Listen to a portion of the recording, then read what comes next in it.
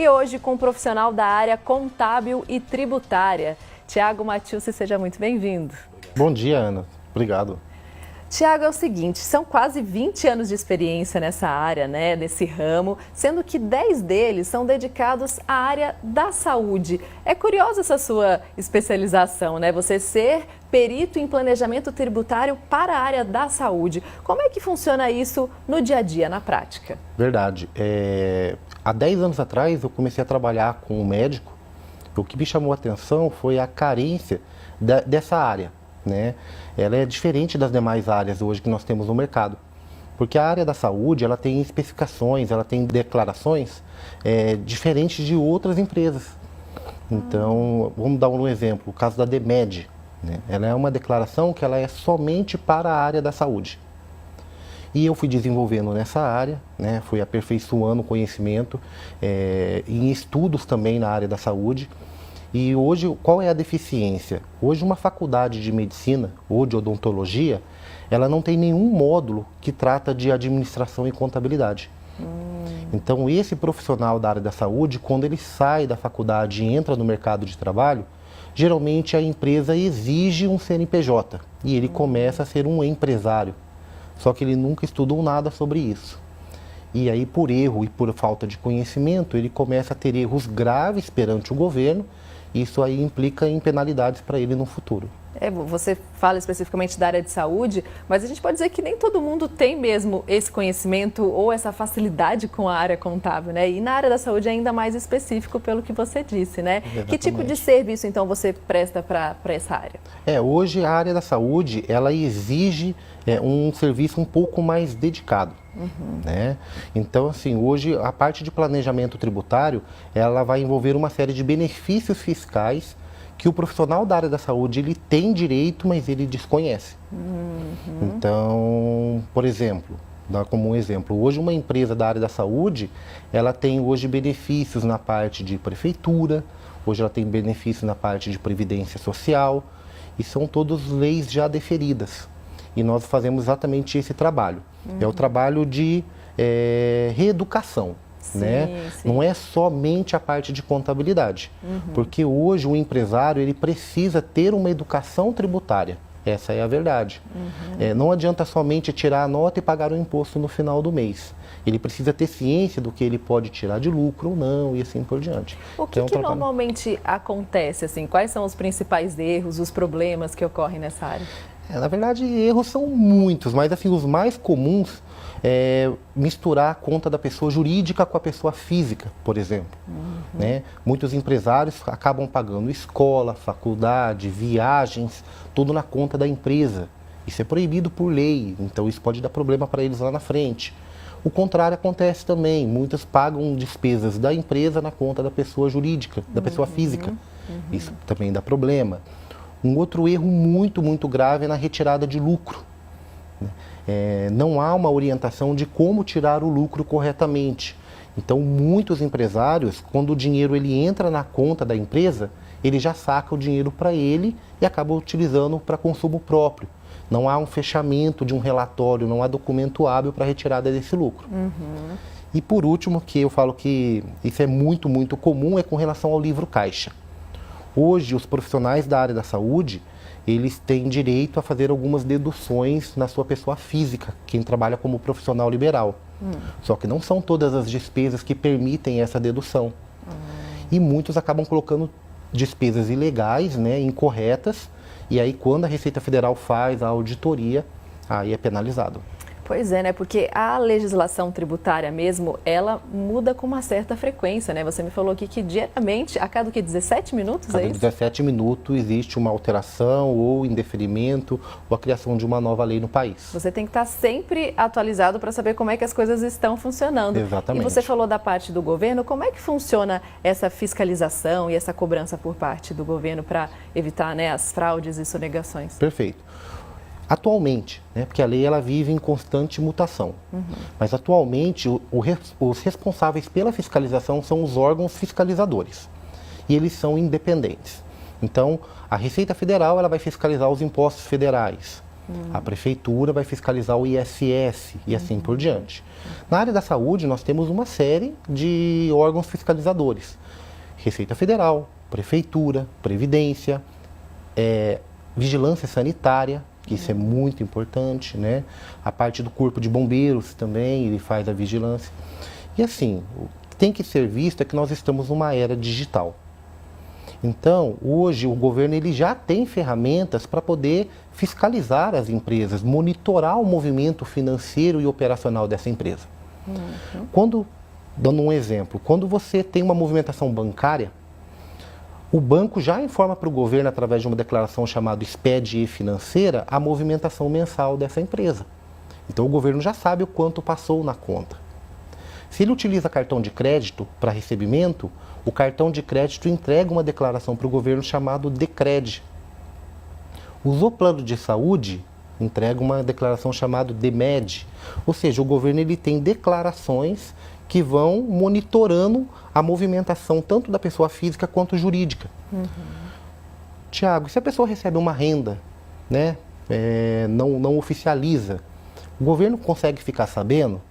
Ele pode não ficar sabendo da entrada, mas quando você aplica o dinheiro, ele fica sabendo. Comprou um carro, o Denatran já informa ao governo, ele tem poder de informar. Se você comprar qualquer imóvel hoje, o cartório envia uma declaração chamada DOI, Declaração de Operação Imobiliária. Ou seja, o governo ele consegue ter uma ferramenta ampla de já saber, essa empresa movimentou X mil reais no ano. Tem sempre alguém de olho. Exatamente. Então, assim, para que não haja sonegação ou evasão fiscal. E assim, existem também uma série de benefícios fiscais, não é? Assim, que muitas vezes também por falta de informação, a gente acaba não usando ou pagando impostos desnecessários, na verdade. Qual que, não sei se esse dado é verídico mesmo, mas diz que 90% das empresas brasileiras acabam pagando algo que não precisa. Então, qual que é a sua dica com relação a isso? Isso é uma verdade. Hoje, assim, a melhor estratégia para o empresário é o planejamento tributário. Por quê? Como eu disse, a lei no Brasil hoje, a legislação no Brasil, ela segue ramificações. Um exemplo prático para o empresário. Hoje, o empresário ele decide se ele, dependendo da empresa dele, da atividade dele, mas eu estou falando no caso da área da saúde, ok? O médico, o dentista, o psicólogo, o fono, ele pode decidir junto ao contador dele se ele vai ser simples nacional, lucro presumido ou lucro real. Ok? Então a decisão dele é parte dele. Só que essa decisão ela acarreta em consequências. Um exemplo. Hoje um portador de necessidade PNE. Se ele vai comprar um veículo e ele entra na concessionária, ele tem direito a comprar esse veículo com algumas isenções de impostos. Só que se ele não falar nada para a concessionária e nem entregar a documentação correta, ele vai comprar um veículo no valor cheio. A concessionária não tem como adivinhar que ele tem aquela documentação correta. Então, para a empresa funciona a mesma coisa. Ela tem que entrar com essa documentação, ela tem que entrar com esse pedido, mas o benefício é muito grande. Hoje, como um exemplo prático, uma clínica com 2 ou 3 médicos que faturem em torno de 70 mil reais por mês. Se ela estiver enquadrada num planejamento incorreto, errado, ela chega a jogar fora mais de 100 mil reais por ano, só de impostos pagos a maior. É muito dinheiro. Eu sou super a favor do pagamento do imposto, né? E sou totalmente contra a sonegação. Mas o planejamento tributário, ele faz com que o fluxo financeiro da empresa seja maior. Isso aumenta a contratação de funcionários, né? Aumenta emprego, a clínica pode comprar novos equipamentos, consegue pagar impostos em dia. Não, então, assim, isso facilita muito a vida do empresário. Isso, muito, muito mesmo. Esse planejamento, né? Esse conhecimento nessa área. Exatamente. E o Thiago, gente, é palestrante também, né? Você ministra palestras tributárias para grandes empresas. E elas são voltadas só para contadores e advogados? Não, não. Não, né? Na verdade, sempre no mercado, quando se fala em tributos, as palestras são muito técnicas. Sim. Né? Então, geralmente, nesse tipo de palestra é focado a empresários que já trabalham nesse ramo específico, contadores e advogados. Você faz esse papel de decifrar as informações para todo mundo entender. Exatamente. Né? E foi assim que aconteceu. Na verdade, tudo começou como um bate-papo tributário. a ideia e foi criando o corpo, o pessoal foi achando interessante, porque eu tento trazer numa linguagem mais empresarial possível, mais popular possível, né? Se eu tiver que conversar com alguém da área técnica, eu vou conversar tecnicamente, mas para o empresário eu tento decifrar isso aí, como você disse. Sim. E o pessoal gostou bastante, então eu comecei com palestras na Austin BMW, aqui da nossa região, e foi ganhando corpo essas palestras. Depois o Cicobi Cred São Paulo gostou também desse tipo de evento e está sendo desenvolvido aqui na região um trabalho bem legal junto a médicos, dentistas, os profissionais da área da saúde. Que bacana. E só para a gente encerrar aqui o nosso papo, esse trabalho todo desenvolvido na área da saúde ganhou destaque nacional, viu, gente? Ele foi uma premiação, não é? Exatamente. Como é que foi esse recebimento? Exatamente. Esse trabalho ele foi ganhando um corpo aqui na região e chegou até a ABRAM, que é a Academia Brasileira de Honrarias ao Mérito, e que ela é um órgão que ela oficializa os profissionais que mais se destacaram no país. E eu concorri com empresários do Brasil todo e fiquei entre os 100 melhores empresários da área tributária. Que bacana. A premiação foi na Assembleia Legislativa do Rio de Janeiro. Para mim foi uma grande emoção. Parabéns mesmo por essa conquista, esse reconhecimento, né? E não para por aí não, ó. Só esse ano o Thiago ainda recebeu o título de comendador dentro do Palácio do Planalto em Brasília, um título nacional, né? Como é que foi? Me pegou de surpresa, Ana.